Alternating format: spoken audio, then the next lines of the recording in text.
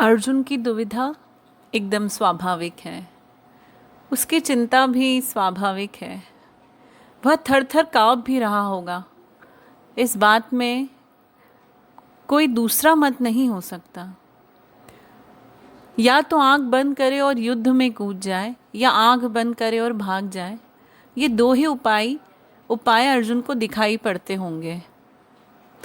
तो आंख बंद करे और कहे होगा कोई जो अपनी तरफ नहीं है, अपना नहीं है, मरना है। आसान है, आंख बंद करे, युद्ध में कूद जाए सीधा, या भाग जाए सीधा। पर यहीं कृष्ण आते हैं। कृष्ण जो उपाय सुझाते हैं वह सीधा नहीं है। वह बिल्कुल इन दोनों उपायों में से नहीं है। ये जो दो उपाय अर्जुन के पास में है, ये सूखी रेखाएं हैं। इन दोनों में वह कहीं भी चला जाए, बड़ी सरल सी बात है। शायद अनंत जन्मों तक वह इन दोनों में ही कहीं ना कहीं गया होगा। पर कृष्ण ने जो तीसरा विकल्प दिया है वह कृष्ण ही दे सकते हैं, और वही विकल्प कीमती है। जिंदगी में जब भी आपको दो विकल्प आए तो निर्णय करने से पहले तीसरे के संबंध में सोच लेना, क्योंकि वह तीसरा सदा ही महत्वपूर्ण है। वे जो दो विकल्प हैं और जो आसान हैं और जो बार बार चुने जा सकते हैं, उन्हें नहीं, तीसरे को चुनना। वह तीसरा ही महत्वपूर्ण है जो ख्याल में नहीं आता, और वह तीसरा विकल्प ही कृष्ण सुझाते हैं अर्जुन को। किसी अज्ञानी के लिए सब कुछ साफ होता है, सदा स्पष्ट। पर समझदारों को कभी स्पष्टता नहीं होती। वह हमेशा संदेह में होते हैं, क्योंकि जितना चिंतन आगे बढ़ता है उतना ही संदेह भी खड़ा हो जाता है। और अर्जुन इसी संदेह में है, क्योंकि वो समझदार तो है। अगर ना समझ होता तो दुर्योधन की तरह निर्णय ले चुका होता। कोई अपने कुटुंब को मारकर कैसे सुखी हो सकता है? कुल के नाश का दोष तो अर्जुन को लगेगा। अर्जुन कह रहा है कि वह विचारहीन हो गया है। विचारहीन होकर अगर वो यह काम करेगा तो कैसे शुभ होगा? माना कि उसके भाई गलत हैं, पर क्या उत्तर में हम भी गलत करें? क्या यह ठीक होगा? जो वह भूल कर रहे हैं वो हम भी करें तो हमारी भूल दुगनी हो जाती है। माना कि उसका चित्त भ्रमित है, पर उसकी बुद्धि नष्ट नहीं हुई है। वह अभी भी सोच रहा है कि क्या यह करने योग्य है। शायद अर्जुन जस्टिफाई करना चाह रहा है कि वो क्यों सही है। हम यह भाव भी देख सकते हैं कि जब हम कोई गलत काम करते हैं तो हम उसके ऊपर जस्टिफिकेशन नाप लेते हैं कि हम ये काम कर रहे हैं तो ये सही इसलिए है।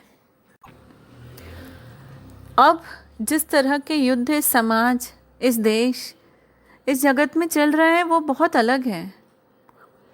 इनसे ज़्यादा खतरा है। शायद इतने 1000 साल पहले जब महाभारत घटित हुई तो अर्जुन के सामने 1,00,000 लोग खड़े होंगे। तब अर्जुन को उसकी खानदान, उन लोगों के परिवार, उनके बच्चे, उनके माता पिता भी दिखाई पड़ रहे होंगे। पर अब तो अमानवीयता है। अब युद्ध ऐसे घटित नहीं होते। लोग आंकड़ों पर बात करते हैं कि 1,00,000 आदमी मरेंगे, 1,00,000 बीमार होंगे। तो वो युद्ध और इस युद्ध में अब फ़र्क हो गया है। पर अब हम ज़्यादा इनह्यूमन हो गए हैं, अनह्यूमन। पर हाँ, निश्चित ही वह विचारशील आदमी रहा होगा। हाँ, मैं अर्जुन की ही बात कर रही हूँ, क्योंकि युद्ध में सामने आकर जब शंखनाद भी हो चुका है तब अपने गांडीव को ज़मीन पर रख देना एक बुद्धिमान आदमी ही कर सकता है। एक विचारशील आदमी ही कर सकता है ऐसा। और जब वो कृष्ण से पूछते हैं तो वो खुद भी नहीं जानते हैं कि मुझे क्या उत्तर मिलने वाला है। क्योंकि अगर हम कृष्ण की प्रकृति समझेंगे तो पक्का ही नहीं है कि वे क्या कहेंगे। लेकिन अर्जुन के साथ पक्का है कि वह दो बातें चाह रहा है। पर कृष्ण क्या कहेंगे यह उसे बिल्कुल भी नहीं मालूम है। वो अवगत ही नहीं है कृष्ण के जवाबों से। एक और बात है, अर्जुन सलाह नहीं मांग रहा है। अगर उसको साफ एक मन हो जाता कि गलत है तो वह चला गया होता। वह कृष्ण को बोल देता कि संभालो इस रथ को, घोड़ों को, और जो करना है करो, मैं जा रहा हूँ। पर वह सलाह मांग रहा है। वही बता रहा है, उसका दोहरा मन है। अगर यह भी पक्का होता कि युद्ध करना उचित है, तब कृष्ण से कोई सलाह लेने की जरूरत ही न थी। युद्ध की सब तैयारी भी हो गई थी। पर अर्जुन डांवाडोल है, अर्जुन बटा हुआ है, इसलिए ही तो सवाल खड़े हो रहे हैं।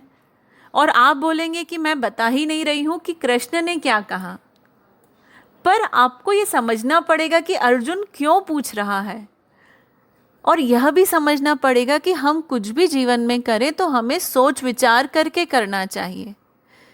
सोच विचार करके तीसरा रास्ता सामने आता है, और वह तीसरा रास्ता हम सबके पास में कृष्ण तो नहीं है जो दे पाएंगे, पर अपने मन में हम झांकेंगे तो शायद वह तीसरा रास्ता वहीं होगा।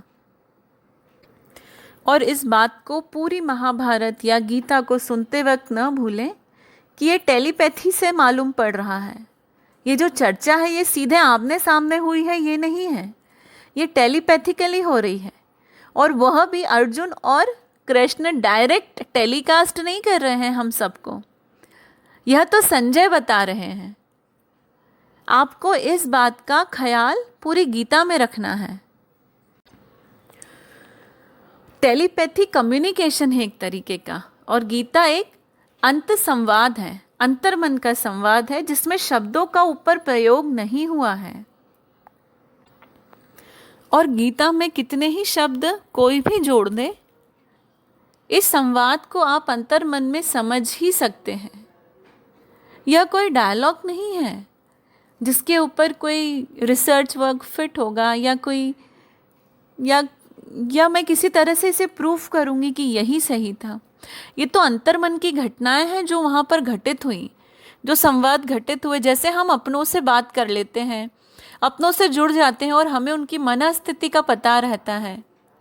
गीता वही संवाद है अर्जुन और कृष्ण के बीच में। और टेलीपैथी घंटों चलती है ऐसा नहीं है, उसका समय अलग है। शायद यह गीता क्षण भर में भी घटित हुई होगी, हमें नहीं पता। पर टेलीपैथी क्षण भर में घटित हो सकती है। आप क्षण भर में जो सपना देखा है वह आप लिखेंगे तो आपको बहुत समय लग जाएगा, जैसे 1.5 घंटा, शायद 2 घंटे। इसका क्या कारण और क्या वजह है? गीता जब लिखी गई, या संजय ने जब कही धृतराष्ट्र को कि ऐसी ऐसी बात हो रही है वहाँ कृष्ण और अर्जुन के बीच, तब उसमें वक्त लगा होगा, उतना ही जितना वक्त अभी गीता पढ़ते वक्त आपको लगेगा, उतना ही वक्त। लेकिन कृष्ण और अर्जुन के बीच समय कितना लगा, यह तब तक आपको ख्याल में आना मुश्किल है जब तक आपको टेलीपैथी का थोड़ा सा अनुभव ना हो। और अर्जुन को यह सब करते हुए कृष्ण देख रहे हैं। वह समझ रहे हैं कि अर्जुन तो दलीलें दे रहा है, वह पहली बार किसी को मारने वाला है, यह तो सत्य नहीं है। ऐसा भी नहीं है कि यह कोई पहला मौका है या कोई पहला युद्ध है उसके जीवन का। मारना ही उसकी जिंदगी भर का अनुभव और कुशलता है। मारना ही अर्जुन का बल है, तलवार ही उसका हाथ है, धनुष बाण ही अर्जुन की आत्मा है। ऐसा आदमी नहीं है कि कोई तराजू पकड़े बैठा रहा हो और अचानक युद्ध पर लाकर खड़ा कर दिया गया हो। इसलिए कृष्ण उनकी बातों पर ज़रूर हंस रहे होंगे और वो सोच रहे होंगे कि यह आदमी कितना चालाक है।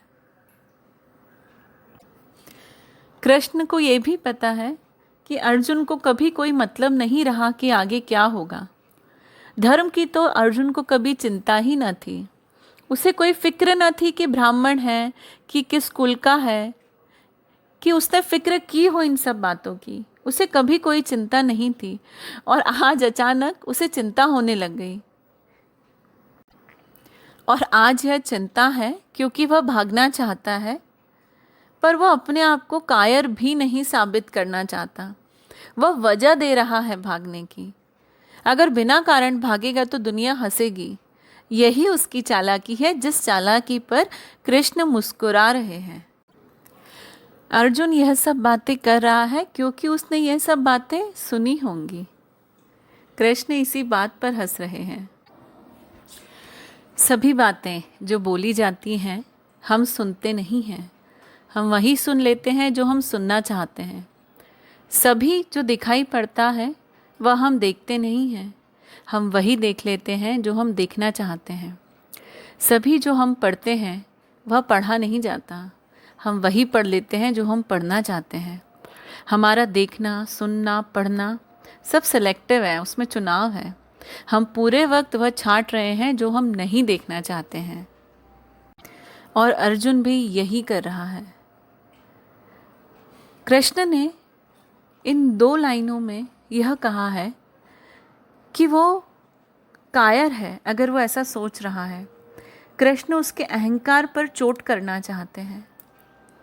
कृष्ण उसे बोलते हैं कि ऐसा करके तुम अपने कुल का विनाश कर सकते हो या कुल को अपयश ला सकते हो। पर कृष्ण यहाँ पर सल्यूशन नहीं दे रहे हैं, वह तो उसके अहंकार को चोट पहुँचाना चाहते हैं। अभी तो कृष्ण सिर्फ नाप रहे हैं कि जो अर्जुन में दया है वो कितनी गहरी है। और वो तो सिर्फ दया है, दया अहंकार से जुड़ी है। अभी अर्जुन में करुणा नहीं है। कृष्ण तो एनालाइज कर रहे हैं अर्जुन को और गहराई में उतरेंगे, क्योंकि अर्जुन जो बातें बोल रहा है वह अपने अहंकार को छुपाने के लिए, या कह सकते हैं अहंकार को बचाने के लिए बोल रहा है। दोस्तों, जिन्हें हम सज्जन कहते हैं, जिन्हें हम दुर्जन कहते हैं, उनमें बहुत मौलिक भेद नहीं होता, ओरिजिनल भेद नहीं होता। सज्जन और दुर्जन एक ही अहंकार की धुरी पर खड़े होते हैं। फ़र्क इतना ही होता है कि दुर्जन अपने अहंकार को भरने के लिए दूसरों को चोट पहुंचा सकता है और सज्जन अपने अहंकार को भरने के लिए स्वयं को चोट पहुंचा सकता है। चोट पहुंचाने में फ़र्क नहीं होता। अर्जुन कह रहा है इन सबको मैं मारूं, इससे तो बेहतर है मैं ही मर जाऊं। दुर्जन, अगर हम इसका एनालाइज करें तो वह अहंकार से भरा हुआ है। सभी स्वयं को पीड़ा देने वाले लोग जल्दी सज्जन हो सकते हैं, पर वह अंदर से सज्जन नहीं होते हैं। ध्यान रहे कि दूसरों को मारने में कभी इतने अहंकार की तृप्ति नहीं होती जितना स्वयं को मारने में होती है, क्योंकि दूसरा मरते वक्त भी आंखों में बताकर जाता है कि मैं हारा नहीं हूँ, लेकिन खुद को मारते वक्त तो कोई उपाय ही नहीं है। हारने का मज़ा पूरा आ जाता है। अर्जुन दया की बात करता है तो कृष्ण कहते हैं कि यह तेरे योग्य नहीं है बातें, यह बातें अपयश फैलाएंगी। तो वे सिर्फ उसके अहंकार को फुसला रहे हैं। दूसरा सूत्र कृष्ण का बताता है कि पकड़ी है उन्होंने अर्जुन की नस, क्योंकि उसे यह समझाना कि दया ठीक नहीं है व्यर्थ है। उसे यह भी समझना कि दया और करुणा में फासला है, अभी व्यर्थ है। अभी तो उसकी रंग अहंकार का है, अभी अहंकार ही दिख रहा है अर्जुन में, चाहे वह यह बोले कि मैं मर जाऊं तो बेहतर है। अभी वह दूसरों को दुख देने की जगह अपने को दुख देने के लिए तत्पर हो रहा है। इसलिए वे कहते हैं कि कायरपन की बातें कर रहा है। कृष्ण सख्त से सख्त शब्दों का उपयोग करते हैं अर्जुन के लिए। फिर वो यह देखेंगे कि ऐसा बोलने पर अर्जुन की प्रतिक्रिया क्या होगी। वो यह देखना चाहते हैं कि अर्जुन कितने गहरे पानी में है। स्वभावतः मनुष्य की गहरी से गहरी और पहली बीमारी अहंकार ही है, और जहाँ अहंकार है वहाँ दया झूठी है, और जहाँ अहंकार है वहाँ अहिंसा झूठी है, और जहाँ अहंकार है वहाँ शांति झूठी है, और जहाँ अहंकार है वहाँ कल्याण और मंगल और लोकहित की बातें भी झूठी हैं। क्योंकि जहाँ अहंकार है वहाँ ये सारी की सारी चीज़ें सिर्फ अहंकार के आभूषणों के अतिरिक्त और कुछ भी नहीं है, और बस यही समझाने के लिए कृष्ण अर्जुन को जांचते हैं, परखते हैं और ऐसे शब्दों का प्रयोग करते हैं जो अर्जुन को चुभें। तभी वो अर्जुन के अंतर मन में झांक पाएंगे और उसे यह समझा पाएंगे कि वो दयावश कह रहा है। शायद अर्जुन जानता भी नहीं है कि करुणा क्या होती है। हम किसी भिखारी को देखकर दया करते हैं, वह भाव दया का है जो उस वक्त उत्पन्न होता है। पर जिस इंसान में करुणा है वह पूरे समय करुणा में ही लिप्त रहता है। तो दया और करुणा में बहुत फर्क है। अर्जुन में जो आज दिख रहा है वो पहले नहीं था। अर्जुन दया के भ्रम में है, उसमें करुणा का कोई भाव ही नहीं है। अहंकार अक्सर विनम्रता की भाषा बोलते हैं और अक्सर विनम्र लोगों में सबसे गहन अहंकारी पाए जाते हैं। असल में विनम्रता बहुत ही सुरक्षा करती है हमारे अहंकार की। आक्रामक अहंकार मुश्किल से पकड़ सकता है, नहीं, आक्रामक अहंकार मुझे लगता है बहुत मुश्किल में पड़ सकता है और विनम्र अहंकार पहले से ही सुरक्षित है।